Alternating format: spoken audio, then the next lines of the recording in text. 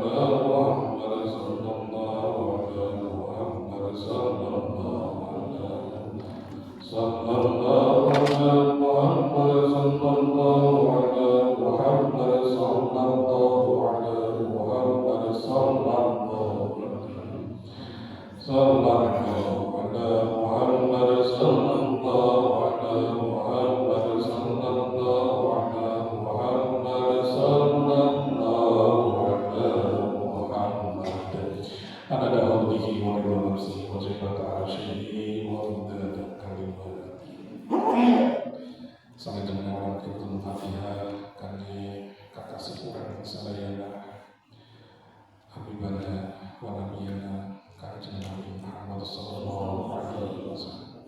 Inna Alhamdulillah Nabi Mustafa Muhammad Rasulullah sallallahu alaihi wasallam wa ala alihi wa sahbihi wa dhurriyyatihi wa ahlihi wa ajma'in. Sallallahu Fatihah.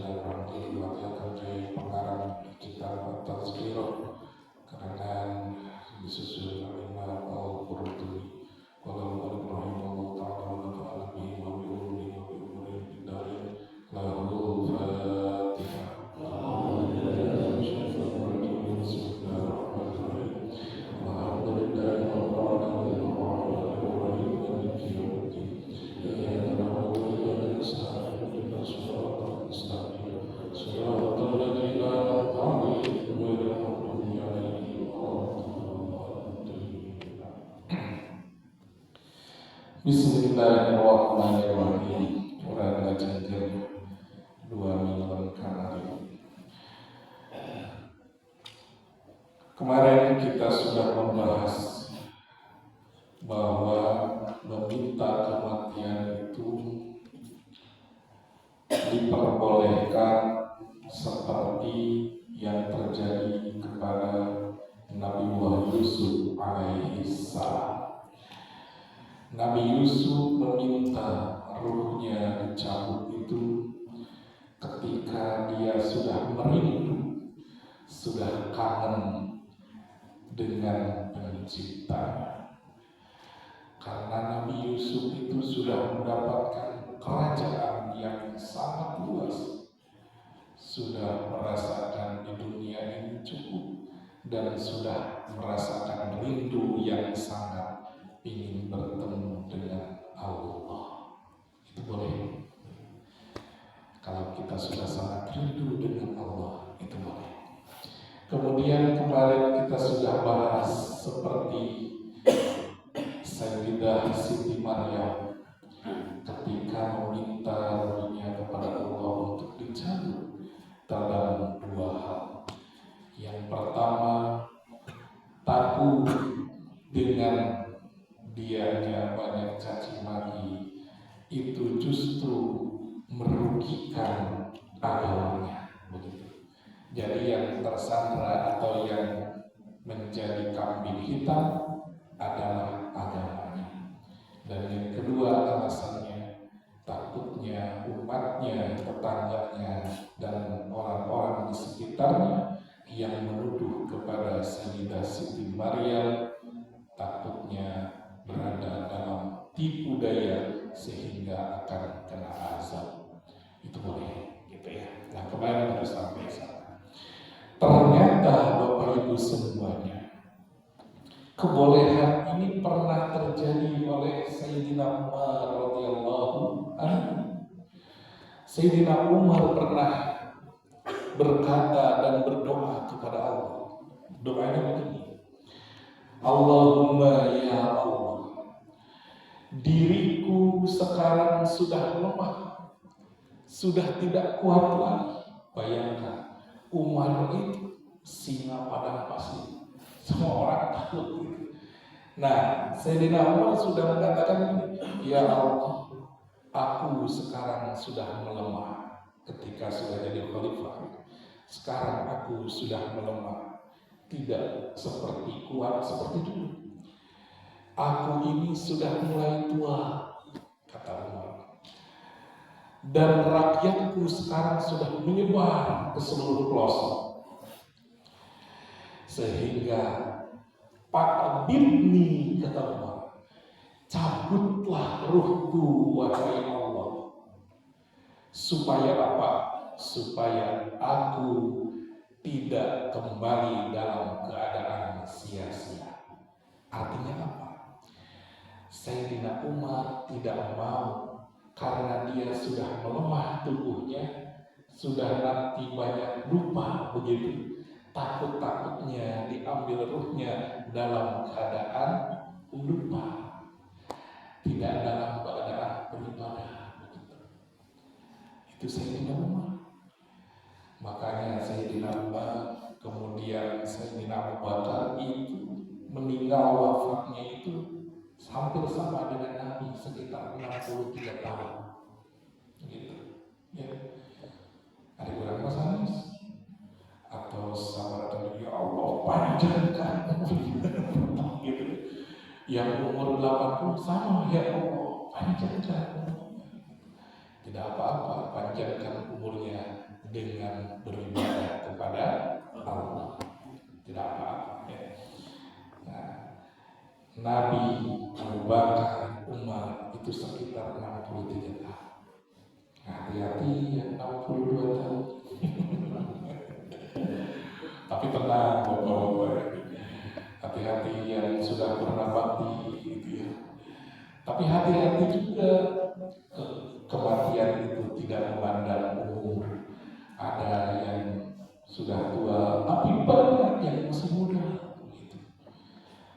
Banyak yang sakit-sakitan tapi masih terus banyak. Tapi ada juga yang tidak sakit, kelihatannya sehat, ya besoknya dikabarkan sudah meninggal. Jadi kematian tidak ada yang tahu. Oleh karenanya, Bapak Ibu semuanya, mudah-mudahan kita senantiasa ingat dengan kematian ini, karena kematian itu tidak ada yang tahu. Bisa 1 menit kemudian, bisa 1 jam kemudian, bisa besok, bisa kapan, gitu ya. Tinggal menunggu waktu saja. Ya, semoga saja kita dicabut ruhnya dalam keadaan husnul khotimah. Bapak Ibu yang dirahmati Allah Subhanahu wa taala. Kemudian ini diceritakan oleh Abu Umar bin Abdul Bar dalam kitab Tamhid dan dalam kitab Istidhkar. Suatu ketika Sayyidina Abbas al-Ghifari, dia suatu ketika melihat suatu kaum itu berarti banyak melewat begitu, dan kaum itu ternyata punya penyakit taun. Jadi ada sekumpulan orang yang melewat dan orang itu berpenyakit, gitu ya, berpenyakit. penyakitnya penyakit taun. Apa itu penyakit taun? Ya zaman dulu namanya taun gitu. Kalau sekarang nggak tahu. Makanya dalam kunut-kunut nazilah kita juga sering meminta dijauhkan dari penyakit atau bala dan sebagainya. Dan ketika berkunut begitu ya, ketika kunut nazilah itu disunahkan ketika kita berdoa, ketika kunut nazilah disunahkan agak miring sedikit, agak begini. Itu simbol Bapak Ibu semuanya. Jangan mengatakan ada saudara kita, teman kita yang mengatakan bid'ah, tidak ada dari sana yang begini. Masa doa itu begini bawah. Ternyata itu simbol. Jadi zaman dulu, dan kalinya lagi saat itu mumpung jadi zaman dulu ada sekelompok orang dari suatu negeri datang ke Nabi. Wahai Nabi, berdoalah untuk kami. Kenapa? Karena di daerahku sudah tidak ada air. Kami kehausan, sehingga karena tidak ada air, kami banyak yang meninggal. Hewan-hewan kami banyak yang mati. Meminta kepada Nabi. Kemudian Nabi memohon kepada Allah. Ketika memohon kepada Allah, Nabi memindahkan ridanya, atau bahasa kitanya sekarang selendangnya, yang asalnya dari kanan ke sebelah kiri, dipindahkan. Nah, ya. Ketika dipindahkan itu adalah sebagai simbol berdoa kepada Allah, semoga yang asalnya kemarau berubah akan menjadi turun hujan. Jadi itu adalah simbol. Dari sanalah para ulama yang ketika memohon kepada Allah dan ketika dijauhkan dari bala, kadang kita menutup sedikit, enggak semuanya tapi agak sedikit menutup begini. Ini ada dasarnya, gitu ya. Bisi ayat itu terus bid'ah itu ada dari sana, gitu ya. Nah, itu masalahnya. Nah, itu ada sekelompok orang yang berpenyakit taun. Kemudian Abbas radhiyallahu anhu mengatakan, ya taun, khudni ilaika. Wahai taun, datang ke sini taun. Jadi orang yang berpenyakit, kemudian Sayyidina Abbas mengatakan, wahai taun, mencari taun. Orang lain mau menjauhi penyakit itu, ini Sayyidina Abbas mengatakan, taun ke sini, taun ke sini. Akhirnya bagaimana? Akhirnya seseorang mengatakan kepada Sayyidina Abbas, lima taqulu hadza alam yaqul Rasulullah sallallahu alaihi wasallam la yatamayyad ahadukum al-maut fa innahu inda dzalika qata'a amalihi wa la yuraddu fa yusta'tab. Mengatakan gini kepada Sayyidina Abbas, wahai Abbas sahabatku, apa yang kau lakukan? Apa yang kau katakan? Bukankah Nabi sudah bersabda, jangan memohon kematian? Kenapa? Karena memohon kematian itu bisa memutuskan amal. Nah, diperingatkan sama sahabatnya. Terus apa yang dikatakan oleh Abbas radhiyallahu anhu? Faqala Abbas, ana sami'tu Rasulullah sallallahu alaihi wasallam yaqul, aku mendengar Nabi sallallahu alaihi wasallam bersabda, badiru bil mauti sitta, boleh untuk meminta kematian karena 6 hal. Nah, ini mah jarang dibahas Bapak Ibu ya, tapi alhamdulillah mudah-mudahan kita sedikit ada pencerahan. Dalam 6 hal, yang mana? Yang pertama, imratus sufaha, orang-orang bodoh menjadi penguasa. Nah, ini yang pertama, orang-orang bodoh menjadi penguasa. Pertanyaannya sekarang banyak orang bodoh yang jadi penguasa. Itu yang Halilintar. Kalau Lintar udah profesor, dokter dan sebagainya. Tetapi intinya sebetulnya orang bodoh di sini yang dimaksud adalah bodoh kolbu, tidak kenal dengan Allah, jauh dengan syariat, gitu ya. Kalau sudah ada pemimpi seperti itu, gitu ya, maka kata Sayyidina Abbas, itu boleh kita minta mati. Kenapa? Karena nanti takutnya terjadi pembunuhan dan sebagainya. Kita tidak sampai, belum sampai sana, mudah-mudahan tidak sampai ke sana. Mari kita cepat-cepat, mudah-mudahan tidak sampai ke zaman itu. Kemudian yang kedua, sudah mulai ada tanda-tanda kiamat. Ini lanjut lagi. Kemudian yang ketiga, hukum diperjualbelikan. Nah, ini sudah mulai kayak gini. Hukum diperjualbelikan. Kemudian yang selanjutnya, meremehkan meremehkan darah. Jadi nyawa itu tos daya hargaan, seutak-seutik habisi, seutak-seutik habisi. Nah, ketika zaman itu sudah ada, kata Sayyidina Abbas, Nabi pernah mengatakan itu boleh meminta untuk cepat mati.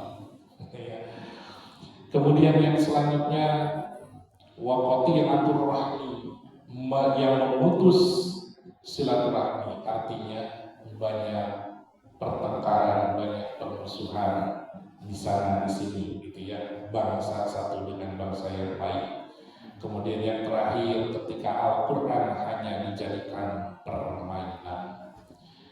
Nah, alhamdulillah kita belum sampai ke sana, tapi suatu saat sampai ke sana, gitu ya. Mudah-mudahan kita tidak sampai ke sana, karena ngeri juga, karena ngeri juga.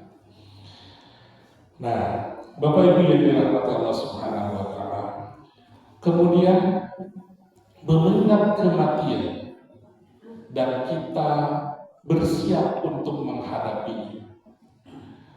Di sini diceritakan sebuah hadis Al-Hafiz Malik bin Anas dari Yahya bin Sa'id Al-Musayyib dari Umar bin Khattab radhiyallahu anhu berkata, qala Rasulullah sallallahu alaihi wasallam, sering-seringlah, Nabi bersabda, sering-seringlah mengingat yang dapat melenyapkan kenikmatan. Sering-seringlah kalian semua mengingat yang dapat melenyapkan kenikmatan. Qulna ya Rasulullah wa ma hadzal ladz. Kemudian kami mengatakan kepada Nabi, wahai Rasulullah, apa itu yang bisa melenyapkan kenikmatan? Qala, kata Nabi, al-maut, adalah kematian. Sering-seringlah mengingat yang namanya kematian. Bahkan di sini disebutkan di hadis yang lain, sahabat mengatakan, ya Rasulullah, al-mu'minina afdal. Wahai Rasulullah, orang mukmin yang paling terbaik itu yang mana?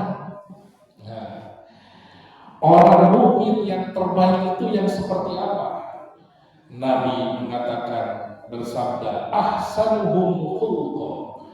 Mukmin yang terbaik adalah yang paling baik akhlaknya. Nah, mukmin yang afdal, mukmin yang terbaik adalah yang paling baik akhlaknya. Pertanyaannya, akhlak itu apa? Ini banyak redaksi dan banyak pengertian. Kalau kita ngambil pendapat yang disampaikan oleh Imam Al-Ghazali, Imam Al-Ghazali mengatakan yang namanya akhlak itu ada hal ikhwal yang terjadi di dalam diri, dan itu sudah menjadi kebiasaan, tidak perlu pakai otak lagi, tidak perlu pakai mikir lagi, itu akhlak. Kalau kita masih mikir, itu belum akhlak, kata Imam Al-Ghazali. Maksudnya apa, Pak Ustaz? Begini, ketika ada yang minta, dia nggak mikir lagi, langsung mengeluarkan uangnya, itu akhlak. Lamun masih mikir kumaha, menurut Imam Al-Ghazali itu belum akhlak, belum jadi akhlak. Umpamanya ada yang minta, kita mikir, saya minta mana surat izin RT RW-nya. Masih mikir gitu. Terus juga ini siapa yang minta ini, jangan-jangan nanti dipakai untuk masak gitu, jangan-jangan dipakai untuk apa gitu. Nah itu masih mikir, kata Imam Ghazali itu masih belum jadi apa. Sedangkan orang wae itu orang ngumpul ayah nyungkeun kayak siapa gitu. Dipikir gitu. Terus ada yang minta bantuan, masih dipikir kela si eta ngilu kudu nanti. Masih dipikir gitu. Itu belum jadi akhlak menurut Imam Al-Ghazali. Jadi Imam Al-Ghazali ketika ada yang minta kasih gitu ya. Bahkan ada seorang wali ketika minta gitu ya, ketika minta dia kasih. Ketika ada yang minta dia kasih. Bahkan temannya mengatakan begini, wahai sahabatku, kenapa dikasih? Tahu nggak? Yang kau kasih itu adalah penipu, orang yang suka nipu. Ini seorang wali mengatakan ini, dan saya juga tahu bahwa itu kenapa dikasih? Artinya apa? Orang yang minta itu sudah melepaskan manutnya untuk minta, berarti butuh gitu. Apalagi ini sampai menipu, lebih butuh gitu. Itu pemikiran yang sudah tingkat tinggi dari orang lain. Kalau saya tahu tapi dengan orang masih sampai kadinya gitu, masih didinyakan. Nah itu standarnya begitu menurut Imam Al-Ghazali. Kalau kita ngikut Imam Al-Ghazali dari segi fikihnya pun susah, kita nggak akan sampai. Kenapa? Imam Al-Ghazali rukun sholat itu nambah. Kalau kita rukun sholat tahunya kan ada 17, kalau di Safinatun Najah. Kemudian di kitab Takrib Fathul Qorib ada 13 gitu ya. Nah Imam Al-Ghazali nambah lagi satu rukun sholatnya itu. Apa rukun sholatnya? Rukun sholat menurut Imam Al-Ghazali nambah lagi satu, yaitu khusyuk. Nah jadi rukun menurut Imam Al-Ghazali khusyuk. Sedangkan orang ya hari khusyuk teh khusyuk teh minimal orang teh apa? Orang teh keur sholat eta khusyuk eta minimal gitu. Tidak Allahu Akbar sampai Assalamualaikum apa orang teh keur sholat eta minimal khusyuk. Apa orang teh itu keur sholat. Sakadang we ngajiwan aduh ingat cicilan. Tos eta teh batal. Eta sakit itu batal menurut Imam Ghazali. Ya Allah, murid orang teh ya Allah. Bahkan Imam Al-Ghazali pernah ketika sholat, kemudian muridnya di belakang melihat Imam Ghazali kenapa di kepalanya itu penuh darah. Kemudian muridnya itu muparokoh, artinya sholat sendiri, akhirnya pegang dengan imam. Kemudian Imam Al-Ghazali berkata, wahai muridku, kenapa engkau muparokoh sholatnya, tidak ikut dengan saya sebagai imam? Kata muridnya, wahai sang imam, aku melihat ketika sholat engkau mengeluarkan darah dari kepalanya itu sampai ke bawah. Kemudian Imam Al-Ghazali beristighfar memohon ampun kepada Allah. Kenapa?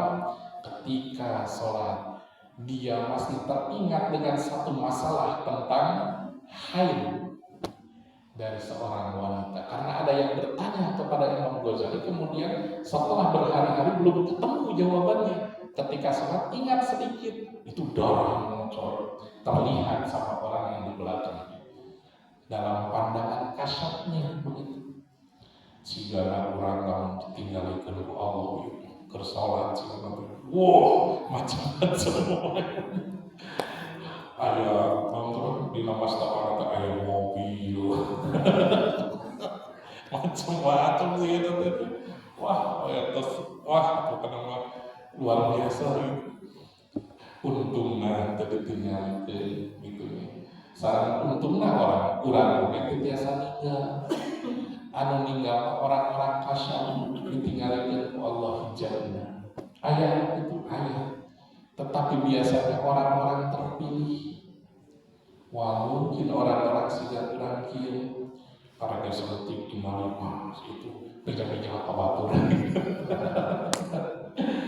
Tapi orang yang sudah levelnya tinggi melihat itu bukan untuk diumbar, bukan untuk wah saya tahu segala hal saya enggak, tetapi untuk dirinya. Beruntung kita tidak dibukakan hijabnya. Kalau bukan kita berprasangka buruk terus apa begitu ya.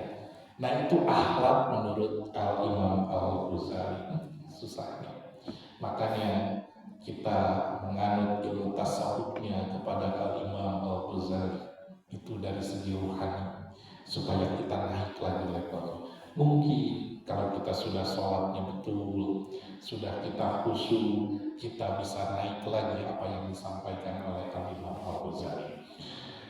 Nah, selanjutnya mengatakan orang ini fa'al mu'minina aqyas.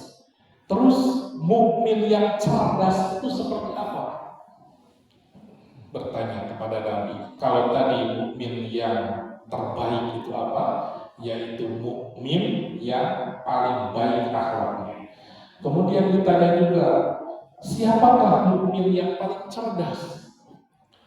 Dijawab oleh Nabi qala aktsaruhum lil mauti dzikra. Orang yang paling cerdas adalah orang yang paling banyak mengingat kematian. Wa ahsanuhum lima ba'dal isti'adan. Dan yang paling baik di antara mereka yang cerdas itu adalah orang yang mempersiapkan setelah kematian. Nah, ini orang yang cerdas. Jadi bukan orang yang cerdas itu ya bergelar macam-macam. Apakah itu gelarnya SS apa gitu ya, atau magister apa, atau doktoral apa, atau ustadz apa sama, gitu ya. Karena yang paling cerdas adalah di sini dikatakan yang paling banyak mengingat kematian. Dan yang paling baik di antara orang yang cerdas ini yang mempersiapkan dia untuk nanti setelah kematiannya. Itu orang yang cerdas. Kalau sekarang kan Bapak ini ayah slogan di salah satu bank, orang yang cerdas adalah yang siap, yang selalu investasi jangka yang akan datang gitu, masa depan. Orang yang cerdas yang menabung gitu ya. Sama, kita juga harus menabung nanti setelah kematian. Apa yang kita tabung? Yang kita tabung minimal 3. Idza matamnu adam in qata'a amaluhu shadaqatin jariyatin. Sedekah jariyah. Jadi yang harus kita siapkan nanti setelah kematian adalah sedekah jariyah sekarang. Bersedekah. Gitu ya. Yang mudah-mudahan apapun itu bentuk sedekahnya. Pertanyaannya, Ustaz, ada sedekah dengan wah ini panjang banget ceritanya. Sedekah itu ada yang mengatakan segala bentuk kebaikan itu nilainya sedekah. Segala bentuk kebaikan itu sedekah asalkan hatinya ikhlas. Itu sedekah. Apalagi dengan mengeluarkan harta benda itu nilainya plus lagi. Ini mudah-mudahan gitu ya. Kita punya armada ambulans itu bentuk sedekah. Ketika kita ngasih 1.000, 2.000 itu sama sedekah Bapak Ibu. Itu untuk mempersiapkan kita nanti setelah kematian. Tidak terasa, padahal itu yang akan menyelamatkan kita. Gitu ya, itu yang akan menyelamatkan kita. Kenapa? Karena Bapak Ibu, orang yang cerdas dan yang terbaik dari antara yang cerdas mempersiapkan diri nanti setelah meninggal, gitu ya. Nah, in kota amaluhu shadaqatin jariyatin au ilmin yuntafa'u bih, ilmu yang bermanfaat. Apa itu ilmu yang bermanfaat? Ilmu yang dipakai. Ketika kita sudah tahu umpamanya mengingat kematian itu adalah hal yang baik, lakukan itu. Itu adalah ilmu yang bermanfaat minimal untuk diri sendiri. Bagusnya untuk orang lain. Bapak ibu ketemu dengan istri anaknya, ceritakanlah, mulai ingat-ingat kematian. Kemudian yang kita kasih tahu mengingat itu, insya Allah itu ganjaran pahalanya itu mengalir untuk kita nanti sampai akhirat, sampai kita meninggal. Setelah meninggal kita akan mendapatkan itu, begitu ya.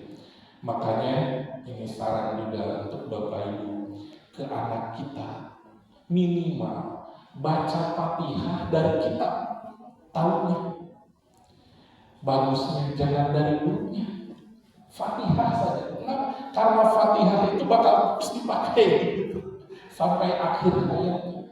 Bagusnya anak kita yang mengajari Al-Fatihah kita dulu, bukan gurunya. Tapi kalau maunya kita tidak bisa, baru ke gurunya. Minimal Fatihah. Kenapa Fatihah dipakai terus, sholat dipakai dan sebagainya dipakai gitu ya. Ini mah kecuali kalau kita nggak bisa. Fatihah saya nggak bisa sesuai guru, nah kecuali gitu. Atau kurang itu bisa, budak mah wah, lamun diajari kurang tuh wah berontak, nah itu boleh sama gurunya gitu ya. Nah bagusnya kita, kenapa? Karena itu ilmu yang dimanfaatkan terus sampai akhir hayatnya. Kemudian yang terakhir, sebagai investasi kita di jangka yang akan datang dan masa yang paling depan, itu adalah doanya anak yang soleh, gitu ya. Jadi untuk jadi anak yang soleh, mudah-mudahan kita doakan anak-anak kita jadi anak-anak yang soleh dan soleh. Pertanyaannya, Pak Ustaz, dari soleh itu tuh kan panjang dulu itu tuh. Panjang dulu soleh itu naon? Pokoknya kieu. Anu namina soleh teh minimal bisa berdoa untuk kedua orang tuanya, minimal itu bisa ngadoa, gitu ya. Itu anak yang soleh minimal. Karena apa? Karena nanti ketika kita sudah di alam kubur, yang kita tunggu bukan harta anak kita, tetapi yang kita tunggu adalah doanya dari anak-anak kita, gitu ya. Nah, Bapak Ibu yang dirahmati Allah Subhanahu wa Ta'ala, selanjutnya ada juga yang bertanya kepada Nabi, wa qila lahu ya Rasulullah, wahai Rasulullah, apakah nanti ketika mati di antara kita akan disatukan dengan para syuhada? Apakah ada orang yang nanti ketika sudah mati dikumpulkan dengan para syuhada? Nabi mengatakan qala na'am, iya, nanti ada orang yang mati kemudian dikumpulkan dengan para syuhada. Siapakah itu wahai Rasulullah? Itu adalah orang yang selalu mengingat kematian dalam sehari semalam sebanyak 20 kali, isyrina marrah. Jadi dalam sehari semalam 20 kali ingat dengan mati, kata Nabi, nanti di alam kuburnya disatukan, di akhiratnya disatukan dengan para syuhada. Insya Allah para syuhada yang syahid, yang berperang di jalan Allah, gitu ya, yang meninggal dalam keadaan berperang dalam jalan Allah, itu para syuhada, para syahid.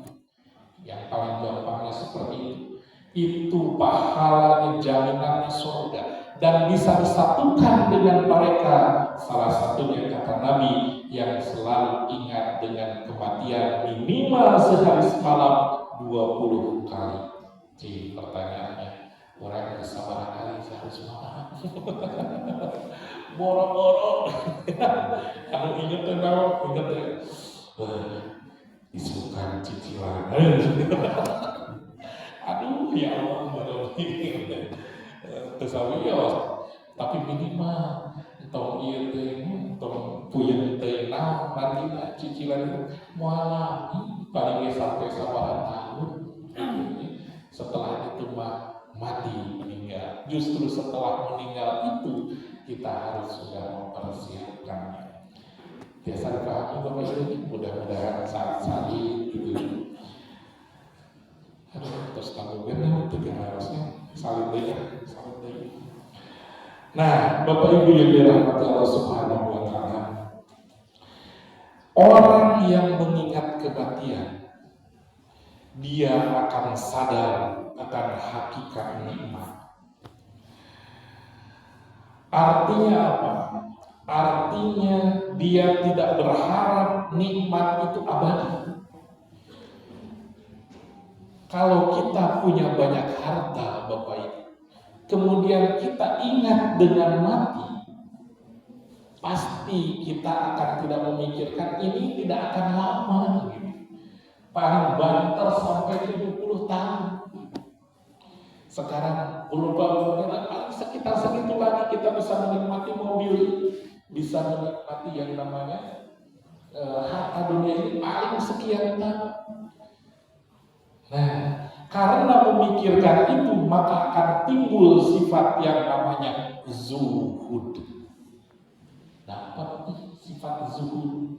Apa itu sifat zuhud? Jangan berpikiran sifat zuhud itu memikirkan bahwa gini, oh pergi ke gunung, pergi ke hutan, cici di hutan. Jadi tidak memikirkan dunia dan macam-macam. Itu boleh, tetapi bukan zamannya kita. Kita mah nggak mungkin boro-boro ke hutan, HP saja, kulilingan, mana HP gitu. Itu. Jadi yang namanya zuhud itu boleh kita punya harta, boleh kita punya mobil, boleh kita punya rumah yang mewah, tetapi tidak ada di dalam hatinya, kolbunya, itu semua tidak ada. Itu baru sampai jasadnya doang. Kalau kolbunya tidak ada selain itu, tidak ada. Yang ada hanya Allah di dalam kolbunya. Sehingga kalau orang yang seperti itu gampang. Ketika ada yang mau pinjam mobil, pakai. Jangan mikir dulu, siapa yang jorok. Begitu. Jadi di kolbunya itu tidak ada itu semua, yang ada hanya Allah. Ma fi qalbi ghairullah, itu maksudnya hasbi rabbi gitu. Enggak cekap sedikit dulu penontonnya, mudah-mudahan saling-saling kurang lebih itu kalau orang saling-saling. Kenapa? Karena dengan mengingat kematian itu adalah orang yang cerdas menurut Allah, menurut Rasulullah Sallallahu Alaihi Wasallam. Maka saja ditutup seperti biasa, kurang zikir hasbi rabbi. Bismillahirrahmanirrahim. Hasbi rabbi jalla ma fi qalbi.